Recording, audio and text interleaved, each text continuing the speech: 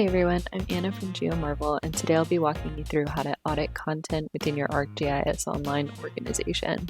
As a note, in order to do this, you do have to be an administrator on your account in order to see everybody's content. So when you open up your new notebook, you're going to have an untitled notebook. In this case, I changed the name to Admin Content Audit to reflect the video, and you're going to have these boilerplate import statements to get you connected to your ArcGIS Online account. The only other module we're going to add is this datetime function, which you'll see why shortly. I'm going to hit run, and then while it's running, you'll see a star, and as soon as it finishes, you'll see a number. And here I can see that I'm logged in to my ArcGIS Online account and that I am logged in with an administrator role.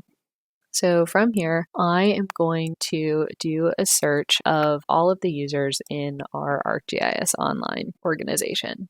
So I'm going to do GIS, which is a variable for our GIS from up here, .users, .search, and the query I'm going to use is any email address within our organization, which is what you use the star for. So I'm going to run this, and I see everybody that's in our account as a list of users.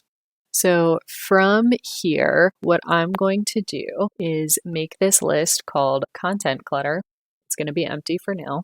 And the idea is I'm going to loop through and view everybody's content. So I have this empty list, and I have this variable list users up here, which has all of the users in our account.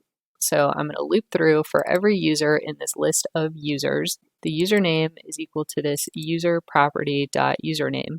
And then I'm going to use advanced search to see how many items individuals have.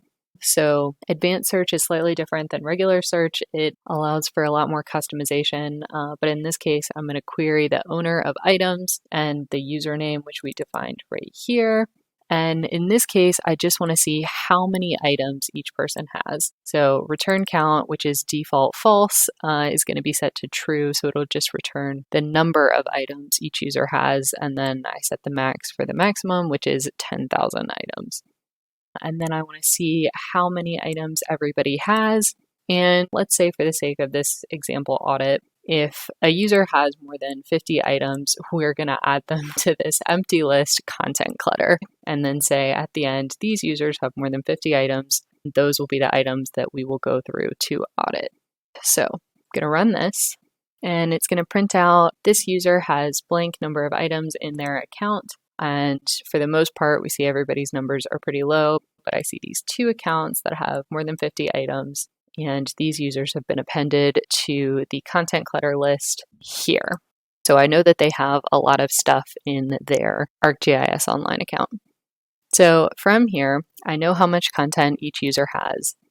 Let's say I want to find things to potentially archive and get rid of. Let's say I want to base this archive on the last date that something was modified. So if someone has super old content in their account, that's what I want to look for.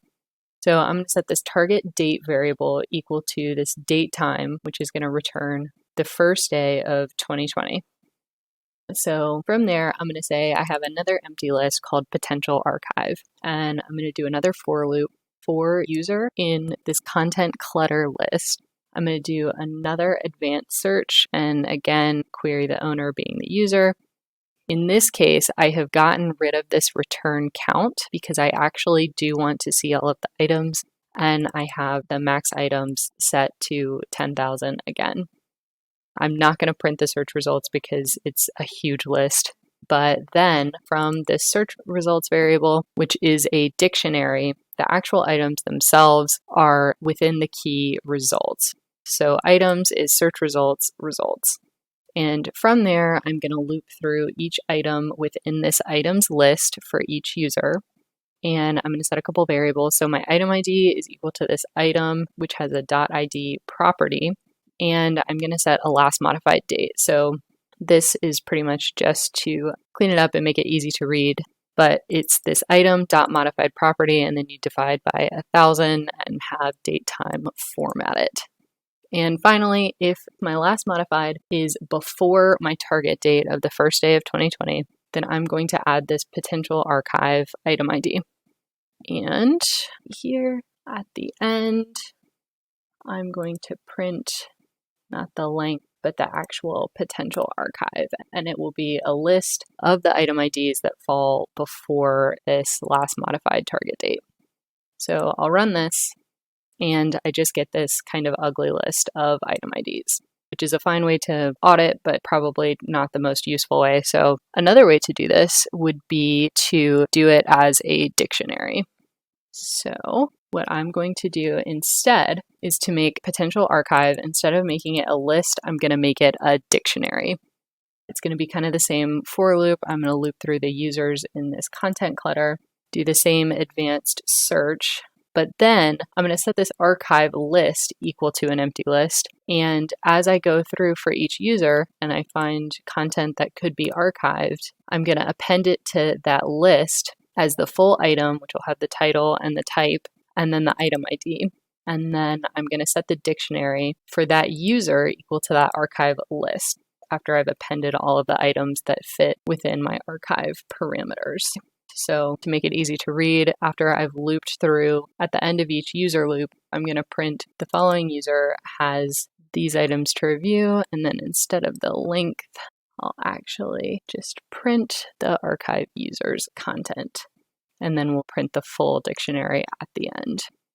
So I run this, and I see this person who was in my content clutter list has the following items to review, and it's this list of lists. So in each mini list, it has the item, and then it has the item ID. So this makes it easy to see who the content belongs to and what the content title is, as well as the item ID, and much easier to go through and actually see what needs to be archived or see what potentially could be archived, and then actually find those items based on their ID.